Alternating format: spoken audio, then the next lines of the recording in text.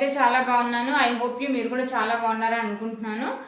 So ఈరోజు నేను చూపించే వీడియో ఏంటంటే ప్యూర్ ట్రెడిషనల్ కర్రీ చేసి చూపించబోతున్నాను. అదేంటంటే గుమ్మడికాయతో ఇగురు చేయబోతున్నాను ఇది నేను స్పెషల్గా అయితే ఏం చేయట్లేదు. నేను ఇంట్లో గుమ్మడికాయ ఇగురు ఎలా చేస్తానో ఆ వీడియోని ఇప్పుడు మీకు చూపించబోతున్నాను.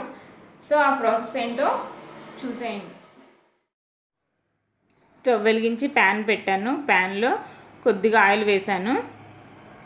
ఆయిల్ హీట్ అయిన తర్వాత పోపు దినుసులు వేసుకున్నాను. 2 స్పూన్లు శనగపప్పు వేసాను, 1 స్పూన్ మినపప్పు, కొద్దిగా ఆవాలు, కొద్దిగా జీలకర్ర వేసాను. అందులోనే 2 ఎండుమిర్చి కూడా వేసాను. అవి కొద్దిగా ఫ్రై అయిన తర్వాత కరివేపాకు వేసాను.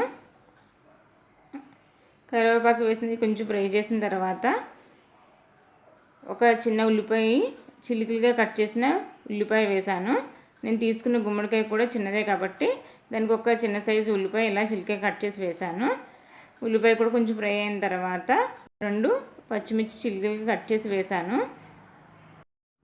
ఆనియన్ ఫ్రై అయిన తర్వాత నేను ముందుగా కట్ చేసి పెట్టిన గుమ్మడికాయల ముక్కలు కూడా వేసాను. నేను చేసేది ఇగురు కాబట్టి గుమ్మడికాయ ముక్కల్ని కొంచెం చిన్న సైజులోనే కట్ చేశాను. అదే పులుసుకైతే కొంచెం పెద్ద సైజులోనే కట్ చేసుకుంటాను. గుమ్మడికాయ ముక్కలు వేసిన తర్వాత ఒకసారి అన్నీ కలిసేలాగా ఇలా కలిపేసుకున్నాను.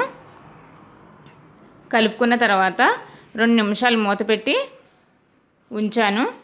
2 నిమిషాలు అయిన తర్వాత సాల్ట్ వేసుకున్నాను. 1 టేబుల్ స్పూన్ సాల్ట్ వేసాను. అలాగే కారం, కొద్దిగా పసుపు వేసుకున్నాను. ఇవి వేసిన తర్వాత మళ్ళీ అన్ని ముక్కలకు బాగా పట్టేటట్టు ఒకసారి కలిపేసుకున్నాను.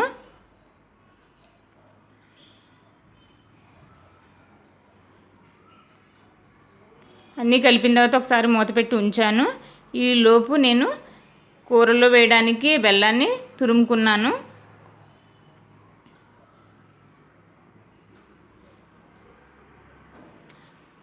ఇప్పుడు నేను తురుముకున్న బెల్లాన్ని కూడా వేసుకున్నాను.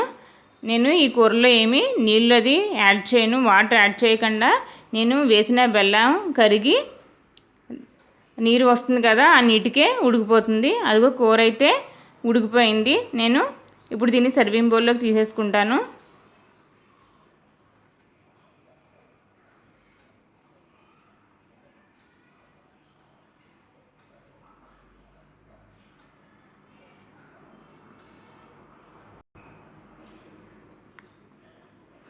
గుమ్మడికాయ ఇగురు ఎలా చేయాలో చూశారు కదా. సో మీరు కూడా ట్రై చేసేయండి. చూశారు కదా గుమ్మడికాయ ఇగురు ఎలా చేసుకోవాలో.